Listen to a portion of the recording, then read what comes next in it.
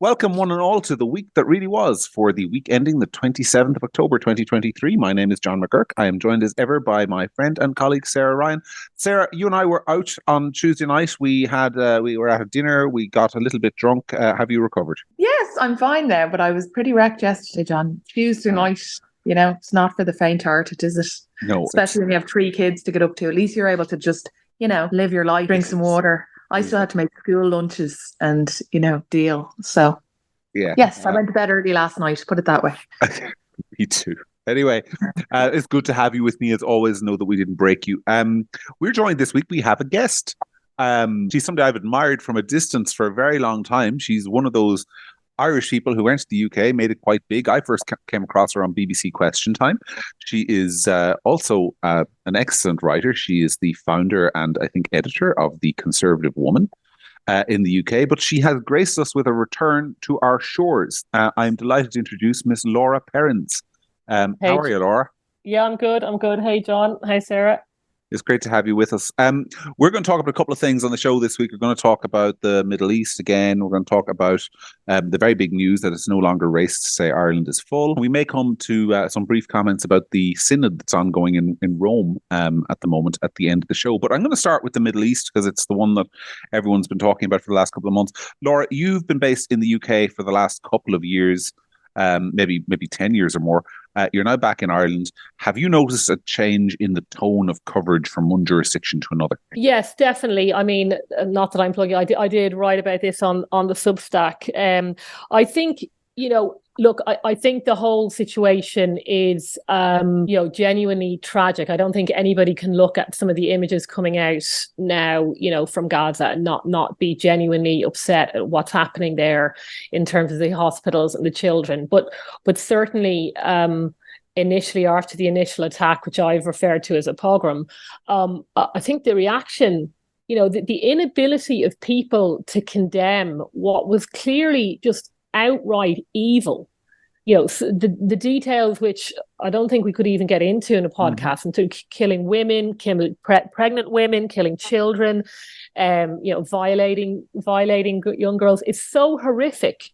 And if your first reaction to that isn't anything other than this is so evil, and should be condemned utterly, then you need to take a long hard look at yourself in the mirror. And I had no time for any of this nonsense about, well, you got to think about the context and you got to think about the climate, and why, if you find yourself trying to justify the killing of babies. In fact, at Twitter they started getting into an argument as to just how were those babies murdered.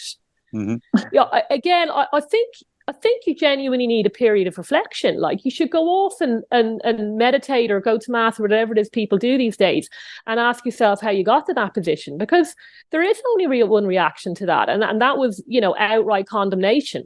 I definitely took issue with, nobody else picked up on it, but I think that President, because there was dual citizens, there were Irish citizens killed in that, a young girl who was killed in it, and who was murdered in it. And, the President issues a statement and basically said, he does condemn it.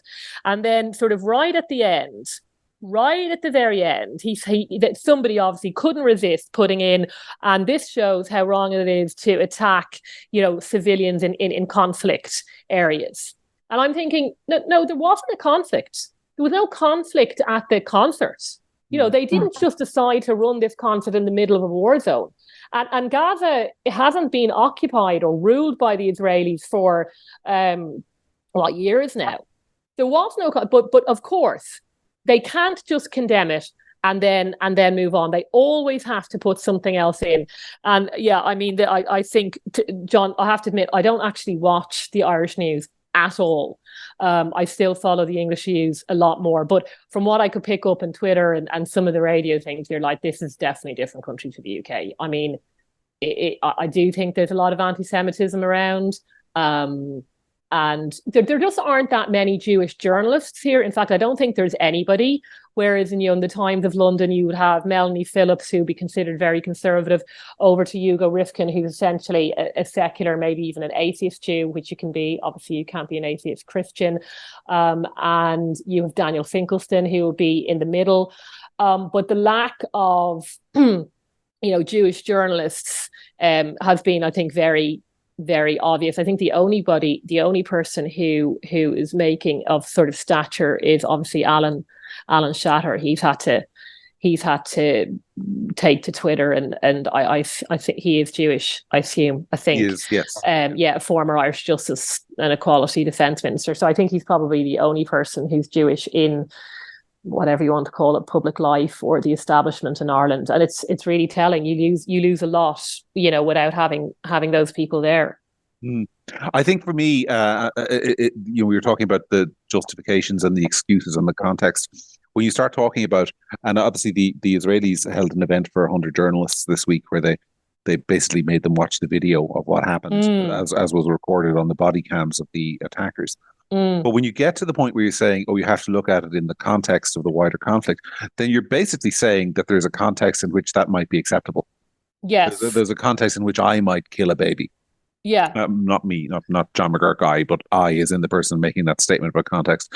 There is a context where that kind of thing becomes almost, if not excusable, then kind of, you are excusing it. You're saying, well, it's happening in a context. And it remains one example of the coverage here that I just can't get my head around is that the People Before Profit representatives are on television every day of the week. And they made a statement at the very beginning of this conflict saying that there was, no one wants, quoting it verbatim, they said, no one wants to see hostages taken, but you have to remember that many of these people were settlers. Now, these attacks all happened in a part of Israel that was inside its 1948 borders. Yes. So before any of the expansion of Israel, so what they're basically saying is that every Israeli is a settler, every Israeli is a legitimate target, and no one has asked them about that. I don't know whether it's because of a lack of knowledge or a lack of interest in the topic. So I mean, I think that the difference with the UK is massive, but also with the rest of the world. Sarah, were you trying to come in?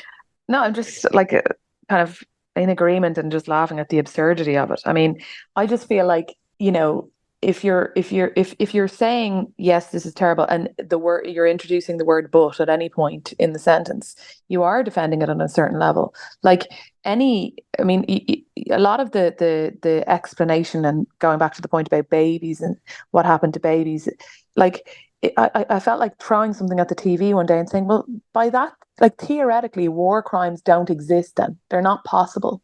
If there's a but to that, because you could say, well, in the context of the war, these soldiers went into these, private homes and killed all these people, but they were hungry and it was in the context of the war. So it's okay. No, war crimes are war crimes are war crimes. There has to be a limit to things that people, accept. And there just seems to be a kind of a willingness to, defend the indefensible for one side that doesn't exist for the other.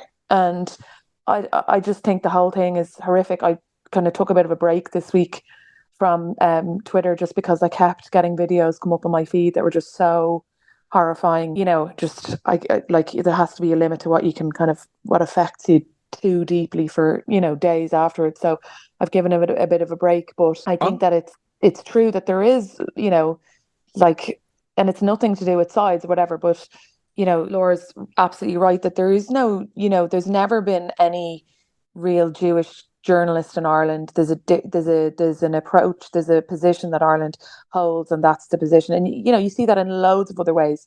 You never really hear the Republican side when it comes to American elections in Ireland. It's just there's a very much a one-sided thing, and that appears in loads of ways, not just on the Israel-Palestine conflict, but in loads of other political, worldwide issues. We have one side, we have what we think, and I say we in inverted commas, and that's the position, and that's it. Well, I have two observations on that before I go back to Laura, which are firstly, you're completely, I've said for years that Irish journalists are far more interested in holding British politicians to account than Irish politicians to account. I mean, they'll ask Boris Johnson when he was around the most tough questions, but put them in front of Irish leaders, and it'll be and what do you think, Mr. Taoiseach or Mr. Taoiseach?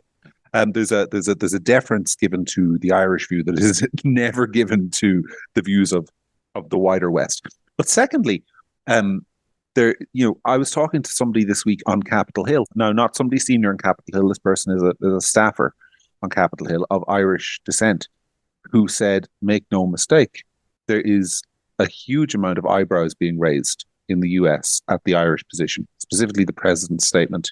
And it is not being warmly received at all. From a purely selfish point of view, he said, I can tell you because I work here. This guy, by the way, works on the Democratic side of the aisle, not the Republican side of the aisle, said Irish people have no idea of the international damage that's been done to their reputation by the country's stance on this, which is just seen as odd. In no other Western country in the world is there a serious debate in the parliament about expelling the Israeli ambassador. There is one in Ireland, and that is raising eyebrows. But at the same time, we are told, Laura, on this podcast that we are too one-sided. I got a couple of comments about this last week that Sarah and I are far too pro-Israeli. We're basically paid shills. We've been to Israel, et cetera, et cetera. So I want to put it to you, like the average Irish person, because they watch RTE, is seeing on their televisions every evening footage of blown up buildings in Gaza, parents and older people crying as they carry lifeless bodies from rubble and so on. So I mean, they are getting that picture of the conflict. So in one way, it's not necessarily surprising. And wouldn't it be almost unusual if they were being presented with that picture if they weren't pro-Palestine? Yeah, I mean, I think we can get to the Israeli response now, or like in a minute. But I think that the issue really was it's what was their reaction immediately upon hearing of 1,400 Jewish people being killed on one of their most holy holidays. I'm not talking 2 weeks down the line, and the immediate reaction was still very pro-Palestinian. Yes. So that to me has exposed them for what they were. I mean, I think you just unfortunately need to go back to the basic point in that anti-Semitism is the oldest hatred. It's very pervasive. It's very deep and it's everywhere. Look, it's on the right. We know it's obviously can be on the far right. It's clearly on the far left. There's been so many liberal left Jews. There was a Jewish historian who's come out now and said how disappointed he is at the global left. Again, Hugo Rifkin had tweeted saying he feels things are very different. These are both very left-wing Jews. There's a lot of anti-Semitism now on the left. I think we can definitely put to bed the idea that the left are the nice guys and that they just want peace. No, you're defending the killing of babies. You can take a seat now. There's obviously Christianity was a huge purveyor of anti-Semitism, certainly laid the foundations for the Holocaust. There's absolutely no getting away from that. But unfortunately, although I think anti-Semitism has certainly faded in Christianity, it seems to have been replaced now by a lot of Islamic anti-Semitism. And it's always there. I don't think it's ever going away.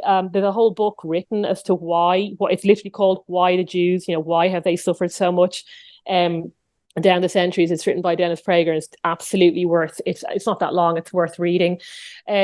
So it's always there, and these events happen, it really exposes it. What is your initial reaction? Again, if your initial reaction is an outright condemnation, you need to take a long, hard look at yourself. I don't need to be an expert in the Middle East to know that what happened in the kibbutz was completely and utterly wrong. Yeah, I don't need 5 degrees in that. And it's also telling how everybody likes to start their Middle Eastern journey in history from 1948, right?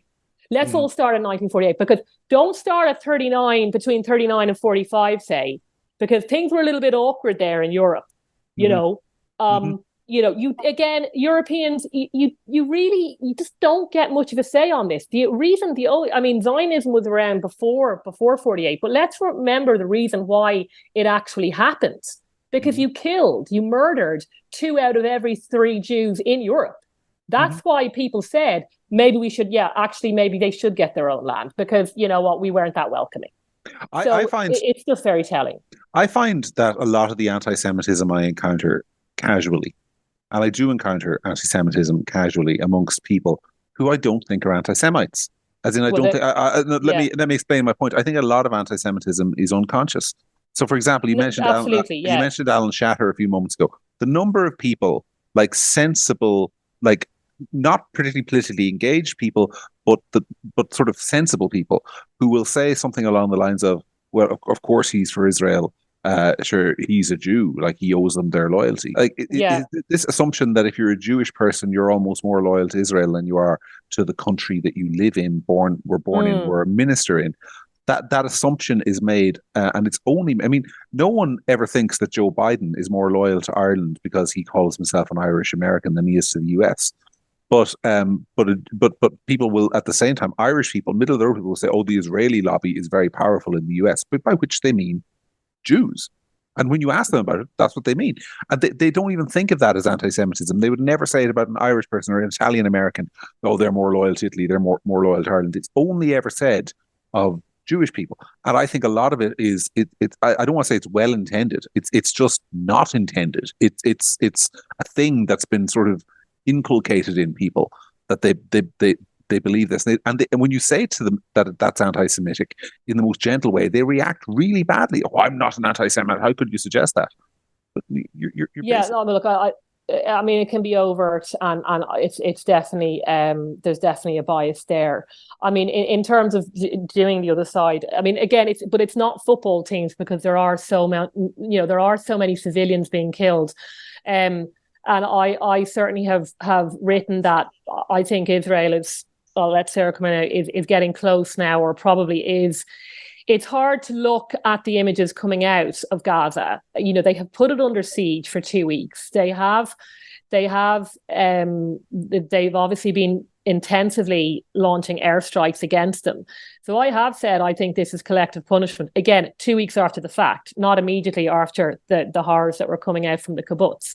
You know, this is the thing. You can think both that what happened was horrifying and completely unjustified, and then you can look at the Israeli reaction. And I think, unfortunately for them, they probably are losing the propaganda war. But they may well not care about that, because, you know, they'll definitely be in a bunker mentality and think, you know, screw everybody else. They've made their position clear, and we're going to annihilate Hamas whatever way we have to. There's a degree of that when you talk to them, all right. So, but Sarah, isn't it true? I mean, they are losing the propaganda war. It's very hard to, like, I'm instinctively pro-Israeli, and it's one of the problems of being pro-Israeli is that you end up being held to account for every single thing that the Israelis ever do. You can't just, like, I'm pro-American. No one ever makes me defend what happened in that village in Vietnam where they burned those poor young girls with napalm. Yeah, exactly. My lie. And or the various massacres that happened there. I mean, the individual human beings are capable of doing terrible wrongs, even when the side they're on is broadly the right side. And it feels to me like, but the Israelis don't have any room for maneuver at all on this one. They're clearly, as far as I can tell, not just in Ireland but across the broader West, they're losing the sort of battle of proportionality, in inverted commas. Yeah, and I mean, I think as well, like, you know, what's also important to note is it's not working. You know, like, this heavy-handed, you know, bombing the shit out of everything, you know, under the plan of eradicating Hamas. It's not going to work. So I can kind of understand the you know, the feeling, and I think that, like, if people are really honest with themselves, you know, if there was a terrorist attack in their country where, you know, a couple of hundred people were taken hostage and, you know, thousands were murdered like that, they'd want their country to, you know, dole out some type of revenge and go and get those hostages back or whatever.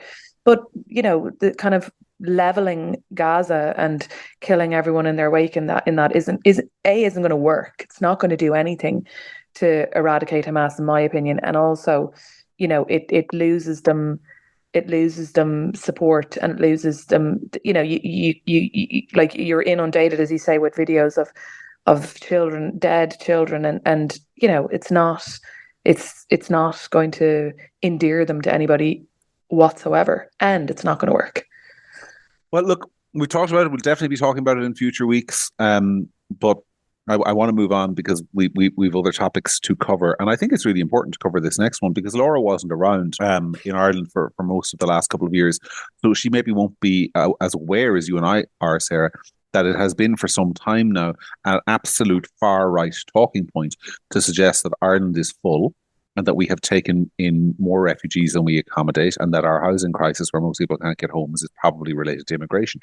And then all of a sudden this week, the government turned into far-right activists.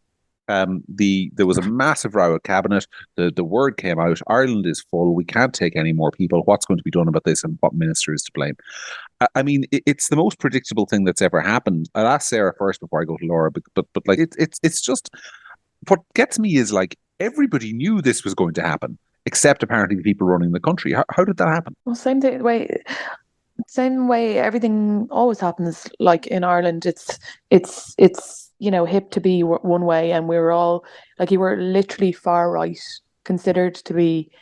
We spoke about it on this podcast. People in the inner city who were protesting. Do you remember? And they were infiltrated by the far right, and it was just terrible. And we're seeing the elements of far right growing in Ireland. It's so scary and terrifying. And now politicians are just allowed to casually say exactly. I mean, they might as well be reading the script from that protest themselves now, but that's okay. And it's the kind of like nothing to see here, move along, kind of attitude of changing the entire narrative around something that really grinds my gears, honestly. And like the Irish media and the government have been doing this for a long time, but particularly in the last couple of years on a number of so-called, far right or alternatively woke issues. They just change the narrative overnight and act like nothing ever happened. It's unbelievable. And it's so obvious this was going to happen. It's a natural, conclusion or a natural progression on what's been happening vis-a-vis immigration in Ireland for the last couple of years.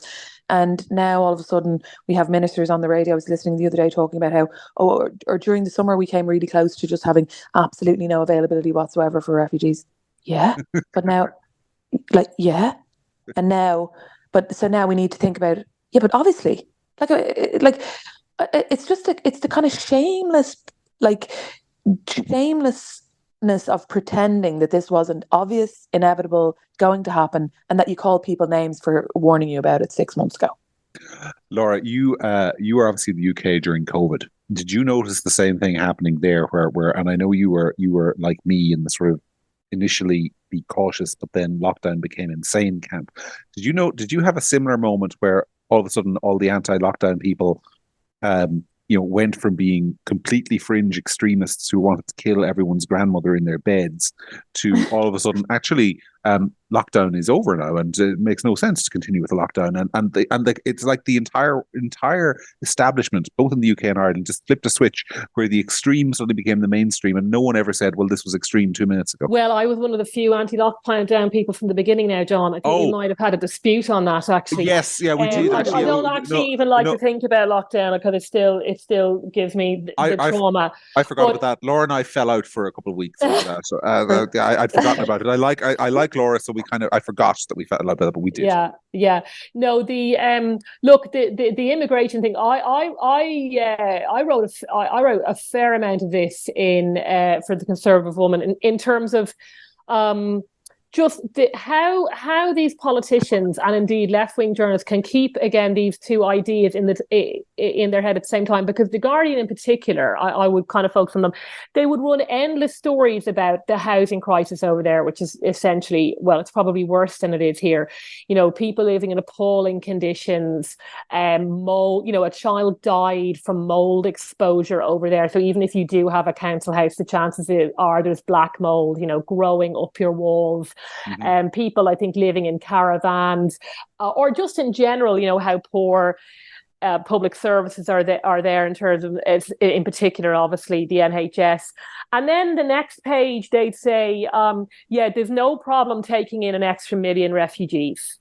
And no, but you've just told me on the previous 5 pages that for the people who are here, they're already on the edge. So where are you going to put the million people? Have you got more homes with mold in them? Are you going to put them in the moldy homes? Are you taking the people that are in the moldy homes out? None of it made any sense whatsoever because, this sounds bad. It's people like ourselves are probably not that affected, by huge immigration numbers. But I don't feel that's right to say, well, I'm okay. I'm fine. Because I know that your fellow citizen down the road will not necessarily be okay, because their services will be squeezed or their housing situation will be squeezed. There is only, I mean, the thing about the UK and Ireland are, and it isn't economically, it isn't sort of a zero-sum game. We know that, but there is a finite amount of land. And, nobody seems to sort of at least accept that unless you're going to start building skyscrapers. So there really is a limit in terms of how much you can build and things like that. So the UK, you might, well, just build more homes. And they certainly build a lot more homes here than they do in the UK, I think, even proportionally. But there is actually a finite amount of land, and then if you cover everything with housing, then how does that fit into your whole climate change agenda? Mm-hmm. So there's a lot of contradictions, I think, with the whole politicians, and well, you really find them out, and you say, well, you can bring in the look, offering Ukrainian refugees refuge was obviously, you can understand that, because they are literally offering them safety. Okay, they had their immediate need was for a safe haven, was literally for refuge, but that's not the case with with a lot of the immigration in the UK, and maybe some of it here. And the problem is when people constantly, conflate the two. And of course, if you do just take in thousands and thousands of economic migrants, it means that when you need to offer, your Ukrainian refugee actual refuge, an actual safe haven from the bombing, then that option, that safe haven may no longer be there. Yeah, there, as I said, there's a lot of contradictions on the left, and again, I mean, I don't know exactly where a lot of the refugees were housed. I know some of it is very, very temporary housing, but I mean, I could be wrong on this, but well, I don't. They kept the tents up at the electric picnic. Yeah, but they very rarely go to Donnybrook. Are they in Donnybrook or no? Yeah, are they? So they're not in Kensington or the Cotswolds. It's a theme. It's not, they won't be in Dalkey or Howth or Foxrock. I could be wrong, but I find then not only are you bringing in people when your own services for your own people, be them Irish born or not, are stretched, but you also inflict them on communities least able to cope with it. So if you're so pro-immigration, you're so pro-refugee, that's fine.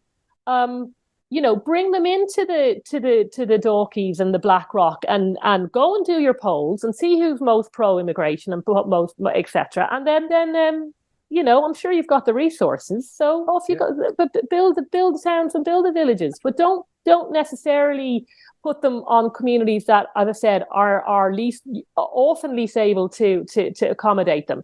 And then when they dare to raise their voice, call them all racists and far right.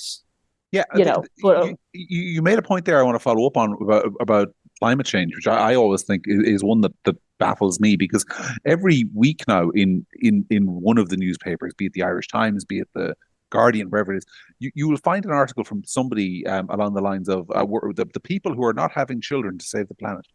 And it'll be like, it's almost always sort of young women who are like, no, we have to reduce the population to reduce the damage being done to the environment. But economic migration in particular is the most devastating kind for the climate, because you're taking people from third world countries where they're living on a couple of dollars a day and not consuming much, and bringing them into a Western economy where all of a sudden they're demanding more plastic bags, they're demanding more home heating. Like they actually do far more damage to we're always told Western societies are much more harmful to the climate, but we're moving people into Western societies from societies that are relatively agrarian. So I'm not making a moral case. I think there's a moral case for lifting people's incomes up, but it's totally at variance with what these same people say about the climate. I think it's another contradiction, isn't it? I mean, it's the same thing. You're on the one hand, your public services and your housing system is creaking. Let's bring in thousands of refugees. The West is fundamentally racist and oppressive. Let's bring in lots of people who are going to suffer from that racism, it seems, although they don't themselves seem to care. The Western societies use too much energy and are causing too much carbon. Let's get lots more people to adopt the Western Western style of living. Again, it's just another crazy contradiction that they have and never very rarely have to justify. Sarah, do you think there's a political reason aside from anything else for this for the U-turn? I mean, like, are they feeling the heat on the doorsteps over this issue? Any insights there? I mean, on immigration, or is it just literally incompetence where they realize they literally don't have any more houses and no one told them? Can it be both? Um, like I wouldn't like to rule out incompetence, you know. I'd say it's definitely a mixture of both. I mean, anecdotally, I've heard that there was, and by the way, this is very constituency by constituency, because as Laura said, depending on what constituency you're in, there's definitely a very big differential in how many refugees your constituency is expected or is being asked to accommodate. But some TDs definitely were feeling the heat in a big way, particularly in rural, and then in some parts of Dublin, North Inner City, places like that, who were feeling the heat on constituency level for this kind of thing. So I think that absolutely, for sure, there was an element of political, worry there and anxiety about what this would mean for individual politicians. But I also think that ultimately, like, we have a terrible habit when it comes to lots of things in Ireland of, trying to be the kind of best boy in the class in Europe. And we've had for months the debate about this has been a lot of hand wringing from the government, talking about how, we're mandated to accept a certain amount of refugees, and that's just the end of it. And now all of a sudden that seems to have just disappeared as an argument, and now it's just a resource and space and availability issue. I think that definitely they weren't. There was no planning involved. There was no thinking about where, how this would run long term. I don't think in the initial stages of the war in Ukraine in particular that they had any expectation that this would go on this long, probably.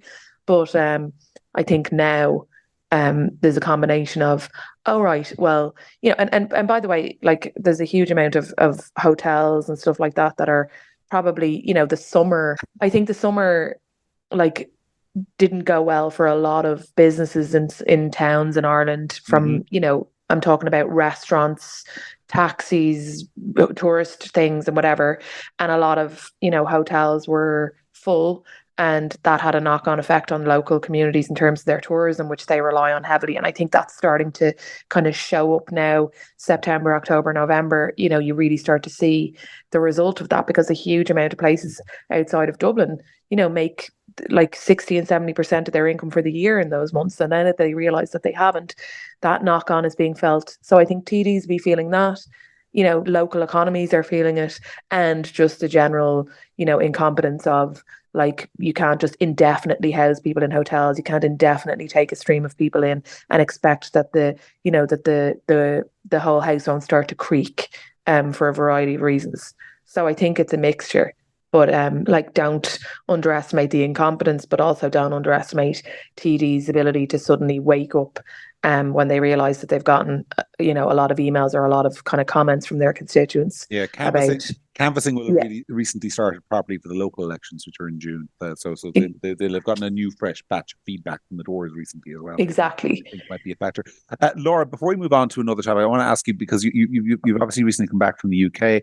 In the UK, they don't really have this far right panic. In Ireland, if you read the Irish newspapers, listen to the Irish radio, you'll be convinced that out there, beyond Radioland, there is a mass of people working in secret to bring about a fascist dictatorship in Ireland. But the far right is on the march, that on almost every issue. I mean, there was a briefing in the Oireachtas for TDs this week from an NGO called the Hope and Courage Collective, where they were trying to make people aware of far right infiltration tactics. And Gript media is often referred to by these people as a far right news platform. And, what do you make of that? Because, I mean, in the UK, I think it's fair to say people like Sarah and I would be relatively mainstream, wouldn't we? And these concerns would be relatively mainstream in the political system. Why do you think they're suddenly called far right when they're expressed here at home? Well, oh no, there's definitely been a far right panic in the UK. Obviously the main driver was Brexit, but I mean.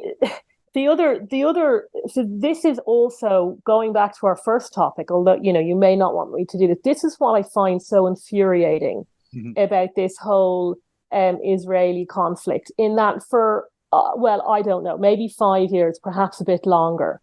We have been terrorized, I think, both in England and Ireland, that and a lot of the voters have been terrorized, that if you vote for something that the mainstream don't want, you're a fascist, you're a Nazi. If you're not on board with the transgender bathroom situation, you're a Nazi. If you're not on board with a complete open border situation, you're a Nazi. Any of this, so these terms are obviously bandied around to shut down debate, because most people obviously don't want to be Nazis. So we have been, as I said, essentially terrorized by this for complete nonsense, right? Complete garbage. As Douglas Murray would say, there's a serious supply and demand issue with the whole Nazi thing. They try to find them, but they're never there. Okay.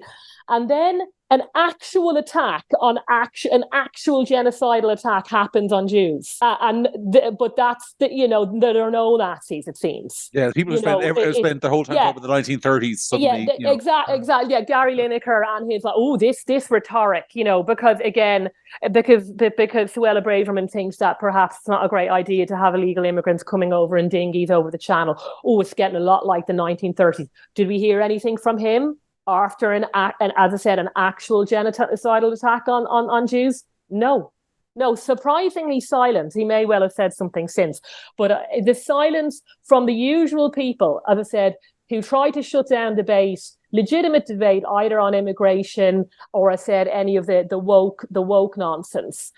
Immediately they get out their Nazi card, they get out their far right card, they slap it on the table. But when you see an actual attack that would fit into that kind of identity, no. Let's talk about something else. Well, I mean, look, it's just the usual. It's just used to shut down debate. I mean, the idea that, as you said, there's sort of Nazis or far right people hiding under every second sofa in Ireland it's just laughable. There's that, and then the same people who tell you about the dangerous extremists on the far right will march through, and I mean literally the same people, because we had left-wing TDs in Dublin last weekend marching through the city centre with they weren't carrying it, but they marched alongside the flags of Hezbollah. Yes. And the People's Front for the Liberation of Palestine, which is affiliated to another terrorist group. So the extremism is only ever noticed in one direction, and when it is noticed in that direction, it is greatly exaggerated, I think. Anyway, speaking of extremism, Laura, are you one of these people who disagrees with Mary McAleese that there should be women priests? Oh God! Yeah. Oh right. Yeah, I know. No, I did. As I said, I did write. I wrote a piece in the Casa Carol about McAleese a while ago. I mean, she is your crazy aunt at Christmas dinner, where you want to move away, and she's on the soapbox. I mean, I like a soapbox myself, obviously, but she is that crazy aunt, who just won't shut up. Look, the thing is, I know I shouldn't use labels, but she is your classic boomer woman. Who she's vastly out of touch, by the way, with a lot of actual mass-going Catholics, and they ran a survey a while ago, and I covered it in the Casa Carol. It was, of course, buried by the mainstream media, mainstream Catholic media, and unsurprisingly, young Catholic women are a lot more conservative than the people that Mary McAleese pretends to represent. No, women priests are just the start of it. Just the absolute worst, because you'd only end up with people like Mary McAleese up there on the altar. That's the problem, right? Because the traditional Catholics will, in general, won't want to do that. So it'll just be feminism Mark II. But you can have, if you want all that, you can have all that. That's what annoys me. The Catholic Church is the one is they haven't quite yet kowtowed to whatever the rest of the secular mainstream has. Look, if you want to do all that, you've got plenty of options out there. Read The Guardian, go to C of E, do what you need to do. But I don't see them saying we should have female imams. How's the President McAleese on that? She started lobbying that, or she'd say that's not her lane.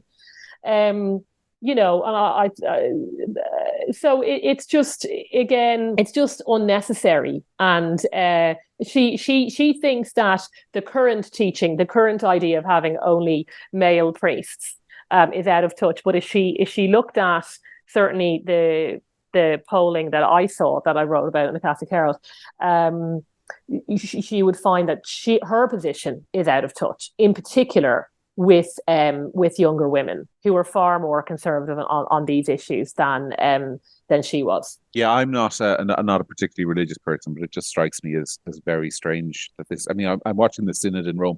The Pope Francis, Sarah, always reminds me of Michael D. Higgins. Like, especially that like if they had been born in each other's countries, their career paths would have basically been the same. I mean, they're basically men of the same generation with, I think, basically the same attitudes and everything, except Pope Francis is in the church and Michael D. Higgins is in politics. Like there's kind of like it's Laura used the word boomer, but it does seem to be that child of the '60s generation is still hanging around and in charge of everything, including now the Vatican. Or am I just being conspiratorial? Well, maybe, but I mean, from my point of view, I mean, I think that what Laura said is correct, but also I just find that if I take a step back as a not particularly religious person myself, that like I just find the whole Mary McAleese spiel about religion constantly going on is a kind of boring, but also a huge missed opportunity. I mean, listen, there's majority of things about Mary Robinson I don't agree with, but you couldn't but agree that she's, made herself the center of put herself at the center of an issue, climate change, and is active and is doing something about that. Now, you could talk about climate change all day, whatever, but at least that's her thing. Whereas I think Mary McAleese is just really disappointing because in all of the things that she could have championed or all of the issues that she could have, been outspoken on, this, attacking the church every week for some different thing is it. I think it's a missed opportunity. I think it's boring. And I think that it's that the people who are interested in what she has to say for the most part don't agree with her, and the people who might have listened to her on another issue just never aren't interested whatsoever in what she has to say now. So I think it's kind of a missed opportunity. I mean, I literally, if I see an article featuring Mary McAleese, I know instantly that it's going to be some kind of attack on the church in some way. And well, the Irish media love her, obviously, but because she's because of her views, they wouldn't be interested in a conservative woman of her age, but because she's always, as you say, constantly criticizing the church. But as I said, she's very unrepresentative. So in the piece I wrote, if just broken down by numbers for people who may not be interested. So remarriage after civil divorce should be allowed. Only 43% of women aged 18 to 25 agreed. For those over the 70... These are women who are practicing Catholics, to be clear. Practicing Catholics, 89% agreed. So there was a huge gap. Or if we take women need to have freedom of conscience with regard to their sexual and reproductive decisions, and we all know what that means. Broken down by age, 18 to 25 was 50%. Over 70 years was 87%. But what I'm saying is, the boomers, look, you've caused enough damage. Like you had your chance, you did your thing, you've had your chance, you've had your revolution in the secular world, caused enough damage there, but now they feel they need to finish off the job, and the few holdouts, the Catholic Church obviously being one holdout. As I said, it's time to just be quiet at Christmas dinner. This is the same thing with the presidential election in America. It would be nice to have a choice. And the choice didn't involve someone who was eligible for the Vietnam draft. We're done now. Go. Even I would consider myself old on some issues. But they can never stop pushing you, the woke view, the younger view, this is the way to go. But when they have find the few as I said, they were obviously church attending women, and their views are way more conservative than their grandmothers, that gets memory holes. You won't see that poll run in the Irish Times. Yeah, that would have been binned. That would have gone straight to the shredder. Well, I always find it very ironic when I listen to older people talking about the terrible state the world is in, what a disgrace it is. Whose fault is it? Yeah. You were in charge for most of the time. Well, they're still in charge. I think that's the problem, and that's why even not that I follow popular culture that much, but you still get all the comebacks, and the Rolling Stones are still on concert, and Elton John is on his 1500th goodbye concert, and it doesn't leave any space for younger artists coming through. Mm-hmm. It's their legacy is poor. Very poor. On the upside, all the young people today have to look forward to Taylor Swift doing concerts in her 80s. Yeah. Well, look, that's just the world that we live in. Anyway, it's been a pleasure. We've talked for about 45, 50 minutes, but I know you're sort of pushed for time, Laura, so we'll leave it there. But we'll definitely have you back, especially now that you're back in Ireland. God knows we need more sensible voices. And it's great to have one finally back with us. I am off to Rome next week, not for the Synod, just on a sightseeing tour and a little bit of a break, but hopefully I'll find the time to chat with Sarah nevertheless. But until then, from Sarah, from me, and from Laura, that was the week that really was.